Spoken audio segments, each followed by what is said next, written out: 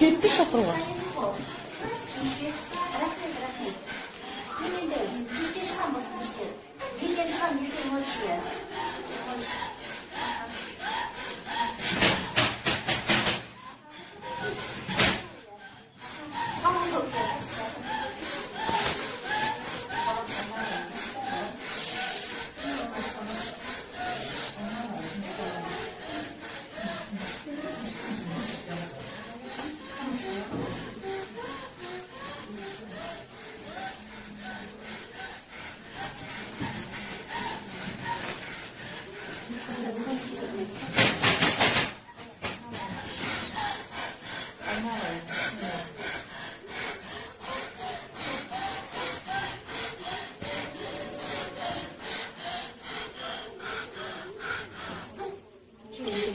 Kiring-kiring di mau.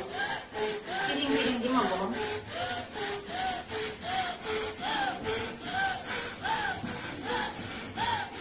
Gitti şapırlar.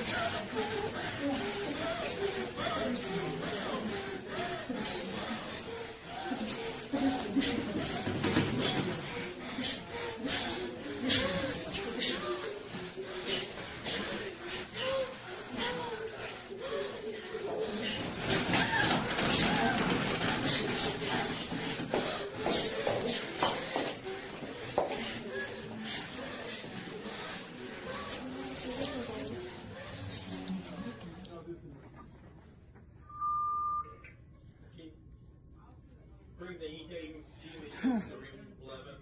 EKG machine to room 11.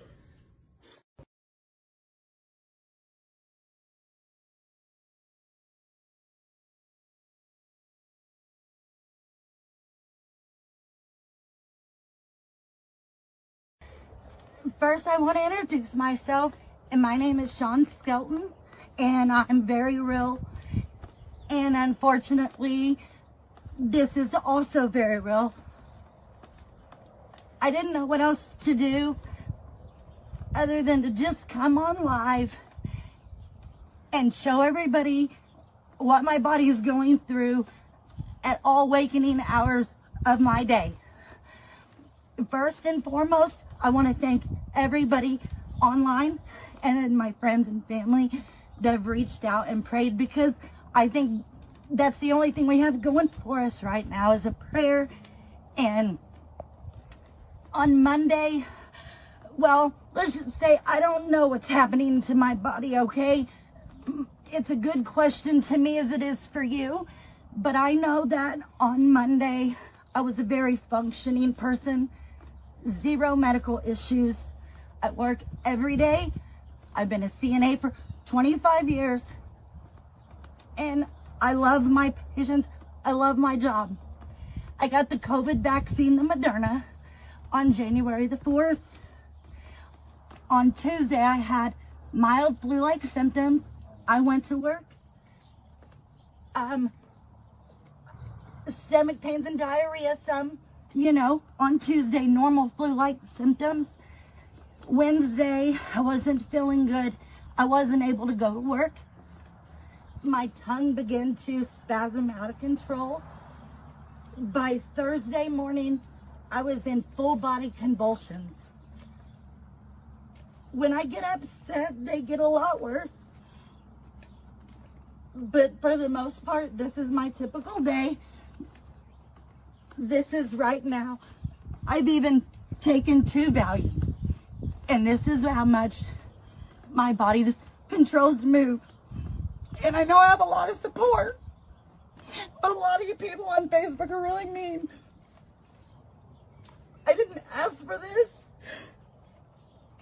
And how do you just wake up one day and your whole world is wrong and it's upside down and no one helps you is beyond me. I can't make sense of it. I can walk, but my legs just bounce. I try to stay positive. I joke around. And I know a lot of you are probably going to be jealous that I have better dance moves than you and I stand up. And that's just me trying to be positive. But tomorrow I'm supposed to go to somewhere in Eastern Kentucky and I think get a shock treatment. But I just appreciate everybody's prayers. Do you want to help me get up and walk? I'm just exhausted. It's exhausting for your body to constantly go like this. But it is what it is, and I don't know how else to prove that I'm real. And thank you for your prayers. And there's nothing that would convince me that this is not from the Moderna vaccine. And I'm done. In America, a video of a woman suffering convulsions after receiving a coronavirus jab has fanned safety fears. You may find the images coming up now disturbing. Brent Griner's mother received the Pfizer vaccine. This was in Louisiana at the start of January. According to her son, she hadn't experienced any kind of health issues prior to having the shot. Griner described his mother's condition in an exclusive interview with RT. I got it. Just video. She said that the day afterwards she woke up with a headache, and she's had the headache every day since until today. Today's the first day she hasn't had a headache. But she started noticing the seizure-like movements in her leg, in her left leg first, and it was 3 days afterwards. And she was admitted to the hospital about 4 days with she had no control over her legs when she was trying to walk. Doctors said they think it's the metals in the vaccine that is causing her to have the neurological reaction. Well, Pfizer has not confirmed the case and said it was investigating. But it's not the first time concerns have been raised over the safety of the jab. Norway is currently investigating the deaths of dozens of elderly people who recently received the vaccine. Griner, again, says that the response he received to his video suggests that his mum's case isn't a one-off. Hey everybody, hope you're having a good day. In this video, I just want to cover how the disingenuousness of the mainstream media and the medical establishment seems to be unbounded. Seems to know no bounds. Look at this. People are having these side effects, just huge circles on their arm. And they're saying it's not dangerous. They're saying that this isn't an example of people being harmed by the vaccine. Look at this headline. COVID arm rash seen after Moderna vaccine. Annoying but harmless, doctors say. This just really pisses me off in a number of reasons. First off, they're calling it COVID arm. Why are they calling it COVID arm when it's a response to the vaccine? This is a reaction to the vaccine. People are getting injected, and then right around there, a big circle is appearing.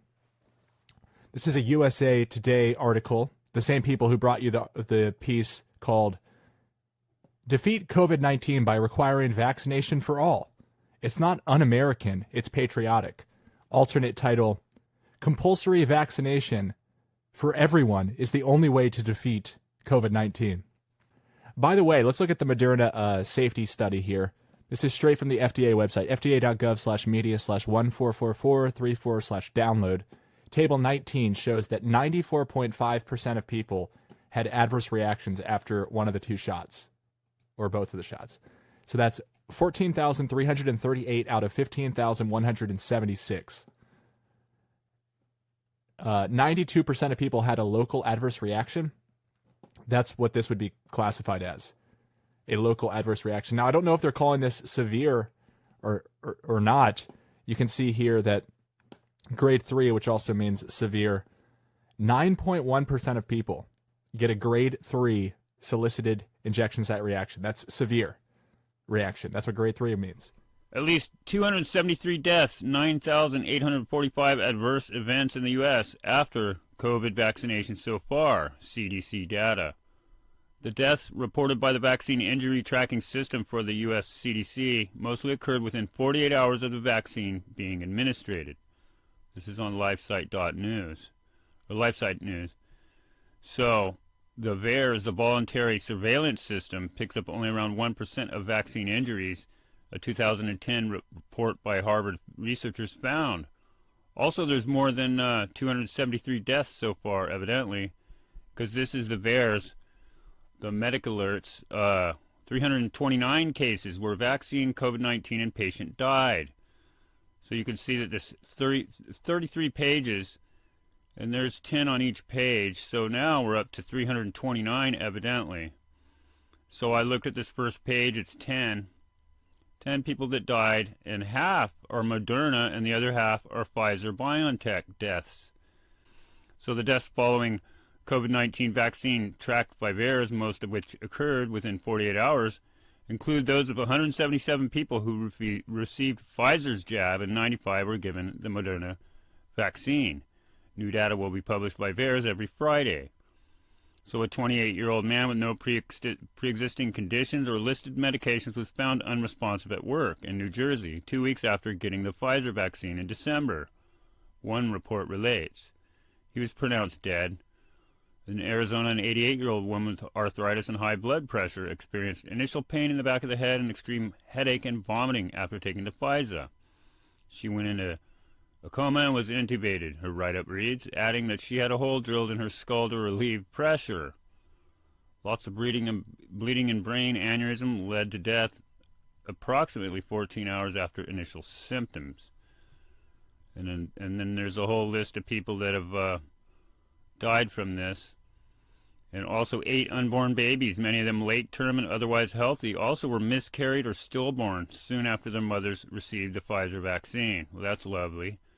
According to VAERS, Pfizer has warned that pregnancy should be excluded before vaccination. So yeah, not a good idea to do this if you're pregnant. VAERS also reports dozens, if not hundreds, of debilitating non-fatal reactions to the vaccine, including seizures, cardiac arrest, and hemorrhage.